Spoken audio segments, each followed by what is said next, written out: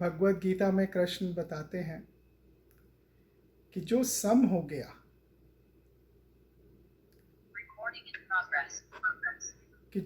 हो गया, हर परिस्थिति में, वो मेरे ब्रह्म स्वरूप को देखने लायक हो गया।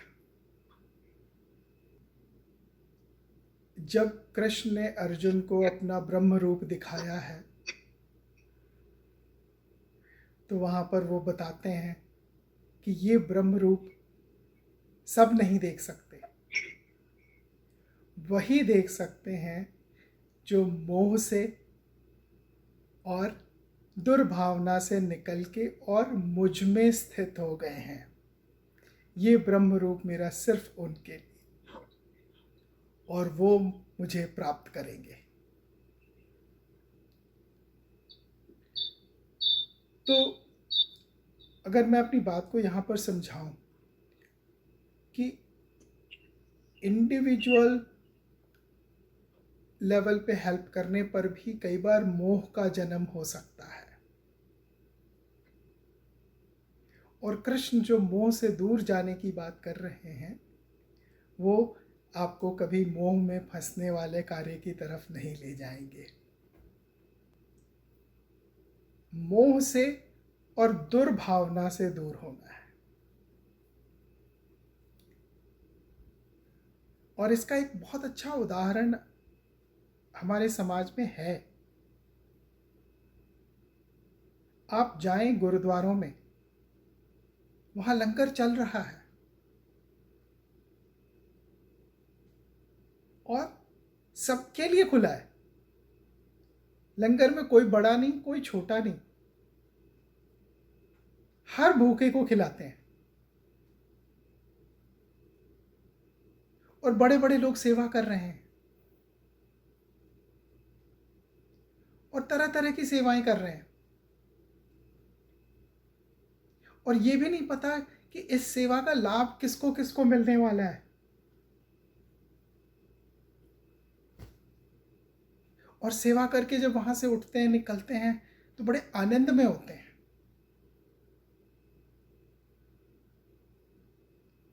घर में खुद उनके इतने सेवक मौजूद हैं उनकी हर सेवा करने के लिए, पर फिर भी गुरुद्वारे में जाकर वो सेवा करते हैं, और उस सेवा का उनको एक आनंद के रूप में एक फल मिलता है। तो वहां तो फर्क ये है ना कि वो जो गुरुद्वारे में जाके सेवा करते हैं या मंदिर में जाके सेवा करते हैं, वो तो भगवान समझ के, भगवान का कार्य समझ के सेवा करते हैं। वो अपना सेवा तो सेवा समझ ही नहीं रहे हैं। बिल्कुल। और उसके घर में जो उसकी सेवा कर रहे हैं वो तो तनख्वाह, वो तो जॉब है उनका। बिल्कुल। वो उनको परिश्रम मिलता है, उसका परिश्रम का पारिश्रमिक मिलता है। बिल्कुल। तो वो फर्क तो एक बहुत बड़ा फर्क हो गया। तो और इसी तरह से मेरा थोड़ा सा क्या क्लैरिटी लेने का था जी, कि मोह की बात आएगी, ममत्व की बात आएगी, जहां आप परिजनों की सहायता की बात कर रहे हैं या उस तरह का कुछ है।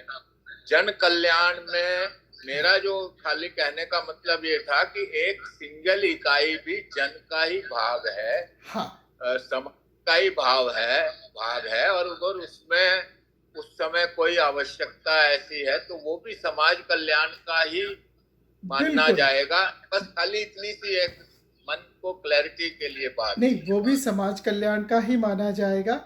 बस वहां पर मोह नहीं आने देना आप, और ये नहीं कि आप करता हो। नहीं, करता तो भगवान, जब कर्म फल ही भगवान के समर्पित है। हाँ। जो कर रहे वो अपने कर ही नहीं रहे हैं, भगवान करवा रहा है, वो हो रहा है। हाँ। और फल उसका भगवान को मंजूर है। हाँ। तो जब तक हम लोग मोह में ना पड़े और कर्म जो है सो भगवान को दे रहे हैं, कृष्ण को दे रहे हैं, तब तक वो फिर ज़रूर जन कल्याण में आएगा और हम उससे डिटैच हैं। हमने कृष्ण का कार्य समझ के कर दिया और हमारी कोई मोह नहीं उससे, तो वो जन कल्याण में ही गिना जाएगा। बराबर बराबर। हाँ यही क्लैरिटी थी। हाँ। अच्छा, दूसरा जो ये जो अवेयरनेस वाली, अवेकनिंग वाली बात, ये एक बहुत बड़ा मंत्र है। हाँ मतलब मैं तो देखता हूँ कि मैं इसको अगर ये बोलूं कि अवेकनिंग हाँ मतलब विवेक हमेशा हमारा जीवित है, बिल्कुल। और अगर वो विवेक दब गया तो फिर अवेकनिंग खत्म, और फिर वो भगवान के समर्पित और ये समर्पित वो सब थ्योरी है। हाँ अवेकनिंग खत्म होते ही फिर विवेक के शून्य होने के बाद तो अब व्यक्ति क्या करता है उसको खुद को ही नहीं पता रहता है। हाँ। तो इसलिए ये अवेयरनेस। जो हाँ अवेयरनेस, किसी तरह से भी ये आदत हो जाए कि सोते जागते 24 घंटे हर पल हर क्षण अवेकन रहना है, विवेक को जागृत रखना है। हाँ तो अगर वो वास्तव में विवेक को जागृत रखने में हम सफल हो पाते हैं हाँ तो शायद फिर हमसे कोई गलत काम होगा ही नहीं, हाँ। क्योंकि विवेक गलत काम नहीं होने देगा। विवेक नहीं होने देगा गलत काम। तो इसीलिए मैंने हम कई बार बात की है। हाँ, मैं बात पे ये कहा जोर देके कि अभी जो बात हुई अवेक हाँ वाली, कि silent observation, silent neutral observation कि कोई भी है कहीं भी है उसकी अवेयरनेस को इंक्रीज कर देगा। और जितनी देर भी मिले, 5 मिनट भी मिले, साइलेंट न्यूट्रल ऑब्जर्वेशन, और धीरे धीरे बड़ा मज़ा आने लगेगा ऑब्जर्वेशन में। और ये ऑब्जर्वेशन आपकी अवेयरनेस को बड़ा करती जाएगी। आप जहाँ पर भी हैं अवेयरनेस आपकी बढ़ती जाएगी। और जैसे जैसे अवेयरनेस भी बढ़ेगी, आपका जिसको हम लोग कहते हैं आज्ञा चक्र और तीसरी आँख भी प्रबल होती जाएगी। अवेयरनेस से भी आभास होता है, आभास के बाद आगे दिखने लगता है। तीसरी आँख भी जब प्रबल होने लगती है तो अवेयरनेस बढ़ने लगता है और सब कुछ दिखने लगता है। तो दोनों वहीं आकर के मिलती हैं। तो साइलेंट न्यूट्रल ऑब्जर्वेशन ये मूल मंत्र है और सबसे आसान काम है। इसमें ना हम किसी को मेडिटेशन करने को कह रहे हैं, कुछ नहीं, साइलेंट न्यूट्रल ऑब्जर्वेशन, जब जितना समय मिल जाए। ये तो मेडिटेशन से भी और बहुत आगे है, तो हाँ और करने की आवश्यकता क्या है। हाँ, और आसान भी है। लोग जैसे मेडिटेशन का तरीका बताते हैं उसमें तो बंदा उलझ के रह जाता है, पर साइलेंट न्यूट्रल ऑब्जर्वेशन सबसे आसान तरीका है अपनी अवेयरनेस को बढ़ाने का, अपनी तीसरी आँख को और प्रबल करने का और ईश्वर की तरफ बढ़ने का। हाँ, लेकिन उसमें सम होना है, शांत होना है, हाँ, तभी न्यूट्रल। साइलेंट ऑब्जर्वर हो पाएंगे। हाँ, न्यूट्रल। मन उथल पुथल होते हुए शांत ऑब्जर्वर होना असंभव है। हाँ, उसमें जजमेंट नहीं करना है, अपने माइंड को उसमें इंटरवीन नहीं करने देना है। जो चल रहा है जैसे चल रहा है बस उसको देखें, उसका आनंद लें, उसमें इंटरफियर नहीं करना है। जब तक हम नॉन जजमेंटल रहेंगे, न्यूट्रल रहेंगे, हमारी अवेयरनेस बढ़ती रहेगी। अगर हमने जजमेंट शुरू कर दिया, मन में आया कि हम इसमें हस्तक्षेप करें, तो हमारी अवेयरनेस फिर ना सिकुड़ने लगती है। तो साइलेंट न्यूट्रल ऑब्जर्वेशन, और इसके लिए तो कहीं जाने की ज़रूरत भी नहीं है, अलग से समय निकालने की भी ज़रूरत नहीं है। जब भी जिस वक्त भी आपको समय मिले, साइलेंट न्यूट्रल ऑब्जर्वेशन। बहुत अच्छे सवाल पूछे आपने, बड़ा अच्छा ये रहा। आज का, बल्कि मैं कहूँ कि ये जो इंटरएक्टिव सत्संग है ना, हाँ, इसमें एकदम क्लैरिटी क्लैरिटी क्लैरिटी क्लैरिटी आती जाती है, और बहुत कुछ उसका लाभ मिलता है, बहुत कुछ लाभ मिलता है। बिल्कुल, और सत्संग का मतलब ही है इंटरैक्टिव होना। क्योंकि जो आपके सवाल हैं वो आपके सवाल हैं, उनका जवाब चाहिए आपको आगे बढ़ने के लिए। हर जी कोई जहाँ पर भी अटका हुआ है उसको वहीं पर का सवाल, उसी से रिलेटेड सवाल, उसी का जवाब, वही समझ चाहिए, तो वो वहाँ से आगे बढ़ेगा। प्रवचन सुनना बहुत अच्छा लगता है, कई बार हमारे सवालों के हमारे इसके जवाब भी मिल जाते हैं प्रवचन में, पर सत्संग का मतलब ही इंटरैक्टिव होता है। और कोई सवाल? आज शिल्पा बहुत चुप है। मुझे पता है Hare लल्ला की Krishna बात तो। Bhaiya, I was Hare just Krishna. not well, so I was just keeping myself. I wanted to listen, bas.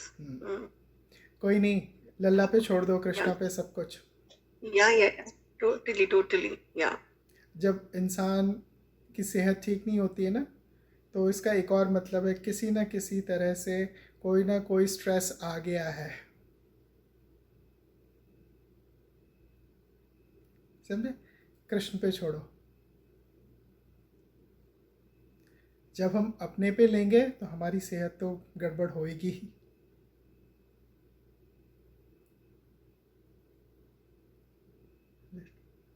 Yeah. Krishna पे छोड़ो, लल्ला को याद करो, तुम्हारा तो अच्छा कनेक्शन है लल्ला से, बात करो। तुम थोड़ा सा अवेयरनेस लाओगी तो तुम्हें खुद पता बिल्कुल। चल जाएगा कि कोई ना कोई स्ट्रेस ले लिया है तुमने अपने ऊपर। Okay. देखो, जो शरीर में होता है ना, उसका हमारे मन से बहुत बड़ा ताल्लुक होता है।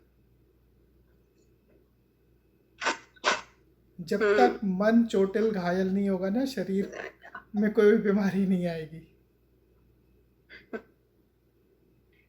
That is there. हाँ, तो अपनी अवेयरनेस को लाओ, ठीक है, और हर परेशानी में कृष्ण को बताओ, कृष्ण के ऊपर छोड़ो और मस्त हो जाओ।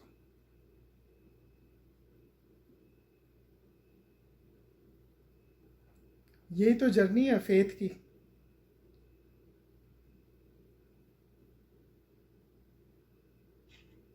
यही तो हम लोग बात कर रहे हैं कि हर कार्य को कृष्ण का कार्य समझ लो और हर स्थिति को कृष्ण की मर्जी। देखना तुम फटाफट ठीक हो जाओगी। I am already better. I was just like, wanted to lie down and listen. हाँ, नहीं मतलब मैं देखो, जो भी हम बातें कर रहे हैं ना, इसका सबका प्रैक्टिकल मतलब है, हम सिर्फ थ्योरी नहीं बात कर रहे। करेक्ट, वही। तो प्रैक्टिकल में ये है कि शरीर में जब भी कुछ भी हो रहा है ना, तबीयत की दिक्कत, यानी कि हमने अपने मन से कोई ना कोई, अपने मन पे हमने बोझ ले लिया है, कोई ना कोई कार्य को हमने समझ लिया है कि ये मेरा कार्य है।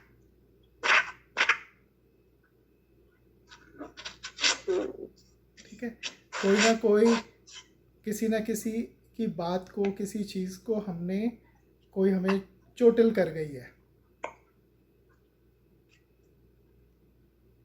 वो भी कृष्ण को दे देना है। कृष्ण की मर्जी, कृष्ण का कार्य, तारीफ भी कृष्ण की और क्रिटिसिज्म भी कृष्ण का।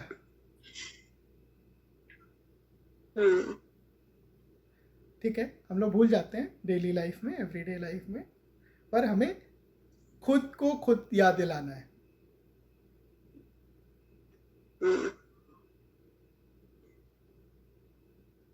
हम तो अपनी मर्जी से आए भी नहीं हैं इस दुनिया में, हमें तो लाया गया है, कृष्ण लेकर आए हैं हमसे कुछ कार्य कराने के लिए, हम तो उनके कार्य में लगे हुए हैं।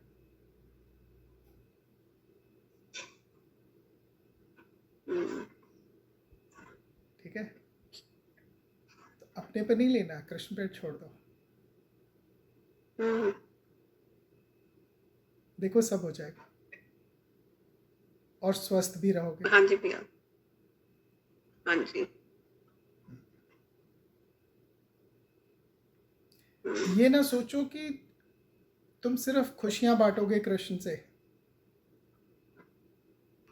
सब बांटो, सुख दुख सम भाव हर चीज कृष्ण से बांटो। चुन के नहीं बांटो कि सिर्फ खुशियां बांटनी है, हर चीज बांटनी है, सेलेक्टिव नहीं हो बांटने में। जब बांटनी है तो हर चीज बांटनी है। बीमारी भी बांटो, हक बनता है तुम्हारा।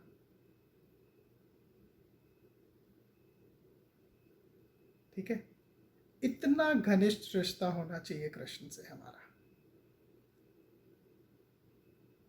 कि हम हर चीज बांट सके उससे।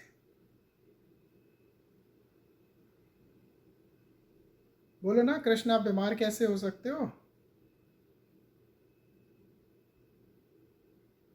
भाई तुम्हारे अंदर भी तो वही बैठे हैं। कृष्ण कभी थकते नहीं, कृष्ण कभी बीमार नहीं होते।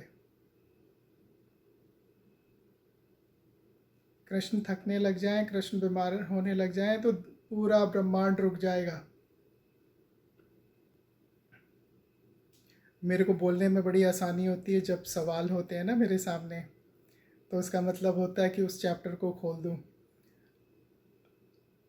अपनी तरफ से मेरा दिमाग शांत होता है कि मैंने कौन सी बात करनी है, कौन सा चैप्टर खोलूं।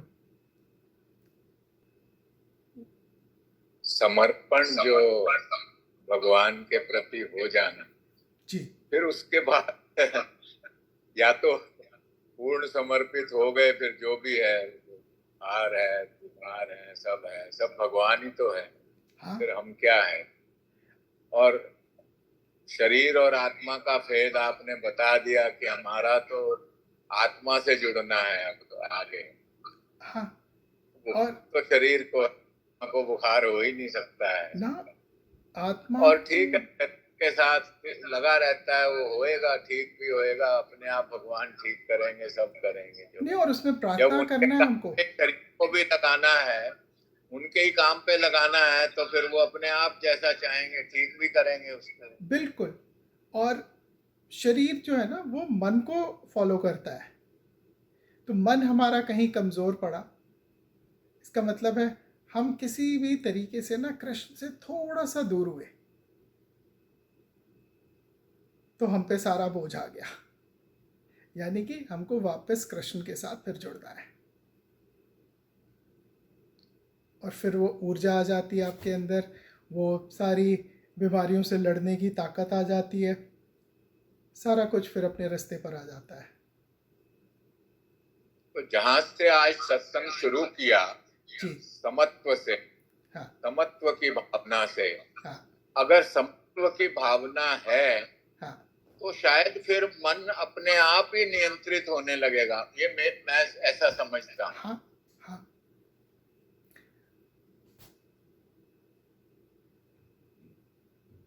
मन दौड़ता है तभी समत्व से आप इधर उधर भटकते हो। समत्व नहीं है क्योंकि मन दौड़ रहा है। अगर मन शांत हो गया तो समत्व आ जाएगा, समत्व आ गया तो मन शांत हो जाएगा। जैसे मन में खुशी होती है तो चेहरे पर मुस्कुराहट आ जाती है, स्माइल आ जाता है। उसी तरह अगर आप चेहरे पे ज़बरदस्ती भी स्माइल ले आओ, मुस्कुराहट ले आओ, तो मन को लगता है कि खुश होने का कोई कारण है। और इसलिए भी कहा जाता है कि मुस्कुराते रहो, कि मन को मैसेज जाता है कि खुश रहने का कारण है, तो वो आपको खुश रखता है। तो ये भी एक तरीका है कि मुस्कुराते रहो, बिना कारण भी मुस्कुराते रहो। मन को बहुत अच्छा मैसेज जाता है, फिर मन बॉडी को बहुत अच्छा मैसेज देता है खुश रहने का, और आप खुश रहते हो, निरोगी रहते हो। तो मैं तो वैसे ही कहता हूँ सबको कि कुछ भी नहीं कर रहे हो ना, कुछ नहीं आता है ना, तो भी मुस्कुराते रहो। जब सोने भी जाते हो ना तो मुस्कुराहट के एक्सप्रेशन के साथ सोने जाना चाहिए। जागो तो मुस्कुराहट के साथ।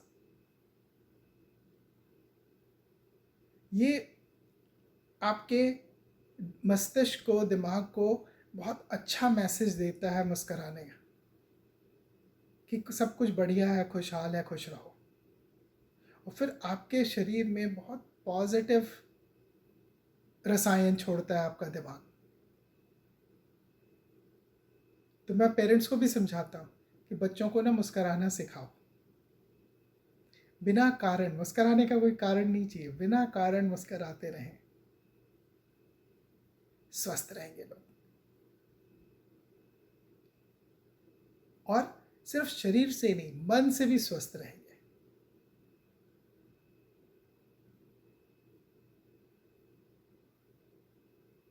तो खुश मन मुस्कुराता है, मुस्कुराता हुआ चेहरा मन को खुश कर देता है। ये दोनों तरफ की प्रक्रिया है। दौड़ता हुआ मन सम नहीं होने देता है, और शांत मन समता की तरफ लेके जाता है। सम हो गया कोई तो उसका मन दौड़ना कम कर देता है, बंद कर देता है। ये जुड़े हुए हैं, ये एक ही सिक्के के दो पहलू हैं। दोनों दो डायरेक्शन में नहीं जा सकते, इनको रहना इकट्ठा ही है। एक डिस्टर्ब होएगा तो दूसरा भी होएगा ही होएगा, एक ठीक होएगा तो दूसरा भी ठीक होएगा ही होएगा।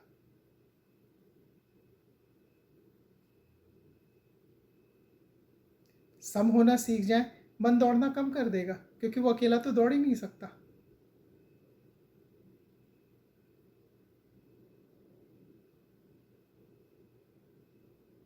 तो जो सम होने लगेगा उसका मन दौड़ना बंद कर देगा। जो अपने मन पे काबू कर लेगा, दौड़ने नहीं देगा, तो वो सम होता जाएगा। क्योंकि ये एक ही सिक्के के दो पहलू हैं। सुख और दुख, ये भी एक ही सिक्के के दो पहलू हैं। तो जो सुख में सम हो गया वो दुख में भी सम हो जाएगा।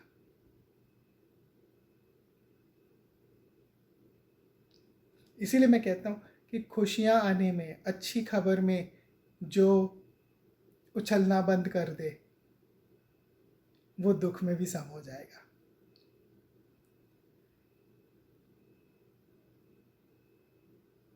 अपने आप में दुख में सम होना बहुत मुश्किल है, लेकिन जब आप खुशियों में उछलना बंद कर देते हो, खुशियों में आप कॉन्शियसली सम हो जाते हो, तो आप दुख में भी सम हो जाओगे। ये ऑटोमेटिक है। तो मैं कहता हूँ खुशियों में सम होना हमारी कंट्रोल में है। खुशियों में उछलना बंद कर दें, हम खुशियों में सम हो जाएं, तो दुख में भी हम स्वाभाविक रूप से सम हो जाएंगे।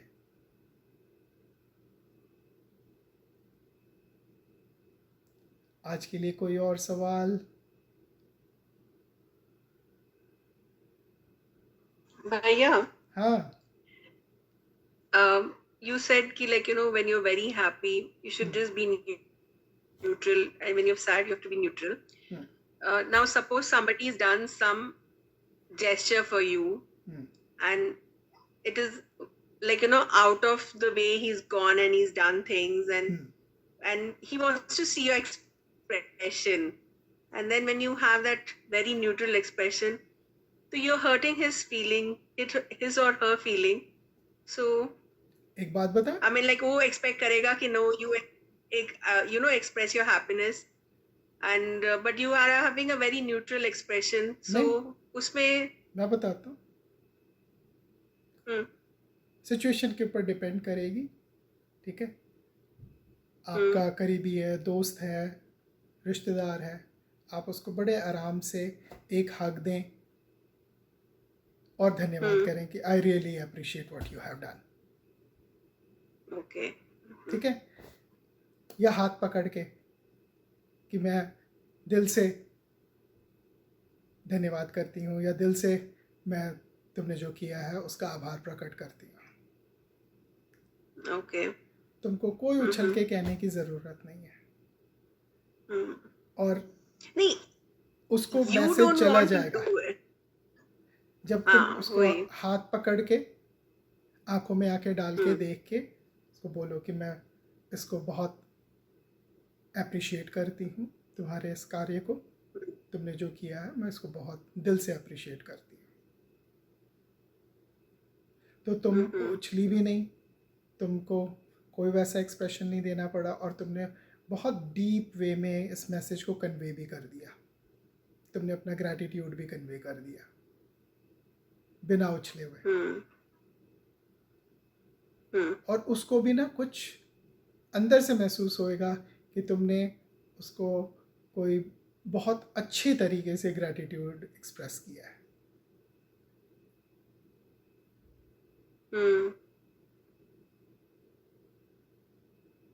समझे मेरी बात को? बिल्कुल बिल्कुल। तो कई तरीके हैं ग्रैटिट्यूड एक्सप्रेस करने के, कोई ज़रूरी नहीं कि उछल के ही करने से ग्रैटिट्यूड एक्सप्रेस होता है। अब एक्चुअली एक दो बार ऐसे हुआ है, Sumit has done something for me and I'm trying to practice to keep myself mellow and he is like, you know, यार मैंने इतना सब कुछ किया, तो तुम्हारा बस एक ही स्माइल है। So you know, this thing was there on my mind for quite some time, but smile and hug make it special, na? Yeah, it is. I do like, you know, gestures to make him feel special, but he wants ki like, you know, it should be seen on my face. It should be like, you know, I talk more about it, but मेरे से कभी कभी नहीं हो पाता। I mean, like, you know, when you making consciously you want to do something, उसको भी बोलो कि हमारी सत्संग में आया करे, सत्संग सुना करे। Actually, he really wanted to come. He really planned today, but end moment पे something came up. He had to run. In fact, he had a question also. हाँ, he can listen to the recordings. और अगर उसका कोई सवाल है तो पूछ लो। In fact, he had a thing, but I think उसको time लगेगा. Maybe we can keep it for the next time. He wanted to know what is सिद्धियों के बारे में. हाँ. And सिद्धियाँ होती क्या हैं? अरे ये तो किस तरह की सिद्धियाँ होती हैं? ये तो बड़ा अच्छा टॉपिक है, बड़ा अच्छा सवाल है। ऐसा करते हैं, उसको बोलना अगली बार ज़रूर आए और हम लोग सिद्धियों के ऊपर में बात करेंगे। देखो मैंने बोला ना, तुमने तो छेड़ दिया, मेरे को वैसे नहीं याद रहता है, लेकिन अब तुमने छेड़ दिया है, तब इस पे हम लोग बड़ा लंबा सेशन, बड़ी लंबी बातें कर सकते हैं सिद्धियों के ऊपर, ठीक है? और ये और लोगों के लिए भी पता नहीं कैसे मेरे से ये टॉपिक अभी तक छूटा रह गया है, और लोगों के लिए भी ये इन्फॉर्मेशन ये बहुत काम की होगी। बहुत लोगों को जिज्ञासा है इस बारे में, और मैं इसकी जो है सो बात ज़रूर करना चाहूँगा और इसको डिटेल में समझाऊँगा कि इसके पीछे का राज और रहस्य क्या है, और कितनी तरह की सिद्धियाँ हो सकती हैं, और क्या क्या सिद्धियाँ, मतलब अनगिनत हैं वैसे तो, लेकिन इस टॉपिक पे हम लोग बात कर सकते हैं। अगली बार शायद हम लोग ये बात रखें सिद्धियों के ऊपर बात करने की, तो ऐसा करेंगे कि उसको बोलना कि अगले सत्संग में ज़रूर आए और हम लोग उसको सिद्धियों के ऊपर रखेंगे और सारे सवाल जवाब सिद्धियों से लेंगे। और मैं ग्रुप में भी, या तुम भी डाल दो इस चीज़ को कि अगला सेशन हम लोग इस पर बात करेंगे, जिसको भी जो भी सवाल हो सिद्धियों से रिलेटेड, तो वो आए, सत्संग अटेंड करें, अपने सवाल पूछें और हम लोग उसके जवाब में उसकी डिटेल में जाएंगे। हाँ जी भैया, हाँ जी। He really wanted to be there today. हाँ. And I said, तुम्हारा सवाल है ना, you better come and question you. He said, okay, fine. And then he got a call, he had to run. So नहीं कोई नहीं, कृष्ण की मर्जी, like, you know, ऐसे कहते कि है ना? Yeah, the minute your thing comes on the YouTube, he's the first one to listen. Chalo, that's very nice. Every time he's listening. Yeah. तो एक बहुत अच्छा आज लगा जी कि कम रहना, और इसका मतलब ये नहीं कि चेहरे पे एक्सप्रेशन नहीं आना, ग्रेटिट्यूड देना या कि दूसरी तरह की परिस्थिति में संवेदनाएं प्रकट करना, ये हमारा कर्तव्य है। बिल्कुल, वो भी भगवान के का कार्य समझ के वो करना ही है। कोई आदमी तकलीफ में है, उसको संवेदना से अगर कुछ उससे आराम मिलता है तो संवेदना प्रकट करनी ही है। किसी ने हमारे लिए कुछ अच्छा किया है तो उसके लिए ग्रेटिट्यूड तो प्रकट करना ही है। उसमें हम संवेदना नहीं प्रकट करेंगे, ग्रेटिट्यूड ऐसा नहीं, उसका सम का परिभाषा वो नहीं है। बिल्कुल। सम बस का परिभाषा अपने लिए लागू होता है, हाँ। और दूसरों के लिए सामाजिक प्राणी के हिसाब से अपने को वो कर्तव्य, वो सब जो अपना आवश्यक है, ग्रेटिट्यूड प्रकट करना या कंपैशनेट होना या संवेदना प्रकट करना, वो सब तो करते रहना पड़ेगा, बट उससे जुड़ना नहीं है। जुड़ना नहीं है। जुड़ना और उसका जो तरीका है, जैसे मैंने बताया कि हाथ पकड़ के, हक दे बस करके, मतलब डिपेंड करता है कि आपका उसके साथ में क्या बॉन्डिंग है, उस हिसाब से आप उसको एक्सप्रेस कर सकते सही हैं। और ये इसमें जब आप ऐसा करते हैं तो बड़ी आत्मीयता भी होती है उसमें। सही बात, सही बात। कोई बहुत परेशानी में गुजर रहा और कुछ नहीं, आप जाके उसका हाथ पकड़ के कह दो कि मैं तुम्हारे साथ हूँ, चिंता मत करो। इतनी ताकत मिलती है, इतनी शक्ति मिलती है उस इंसान को। उसी तरह से जब आपको किसी का ग्रैटिट्यूड भी देना हो ना, तो किसी तरह से थोड़ा सा हाथ पकड़ के या जैसे भी ना, हग करके, हाथ पकड़ के, जैसे भी उसकी आंखों में आंखें डाल के और अपने ग्रैटिट्यूड को एक्सप्रेस करो। एक आत्मीयता आए उसमें, सही बात। तो ग्रैटिट्यूड भी एक्सप्रेस हो गया और हम उछले भी नहीं। बहुत सही, सही बात, सही बात। तो डिस्टिंग्विश ये है कि उछलना अपना अपना अंदर की बात है, हाँ, और जो हमारे अंदर जो दिल में उछाल होता है, समझे, वो उछलना नहीं करना है। सही बात है। ग्रैटिट्यूड, कर्टेसी, इनसे दूर नहीं जा रहे हम।